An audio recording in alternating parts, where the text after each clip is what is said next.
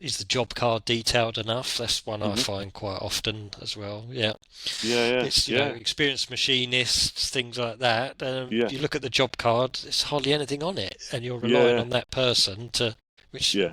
brilliant engineers, but they're not going to know the conversation that happened in contract review or planning or something, are they? Exactly. So give them the information down there. Yeah. Yeah. Also, there's interestingly, not to go too off piece, but with the job cards, I think the detail isn't just telling your operators or your people on the shop floor how to do things. It's proving that they've done it.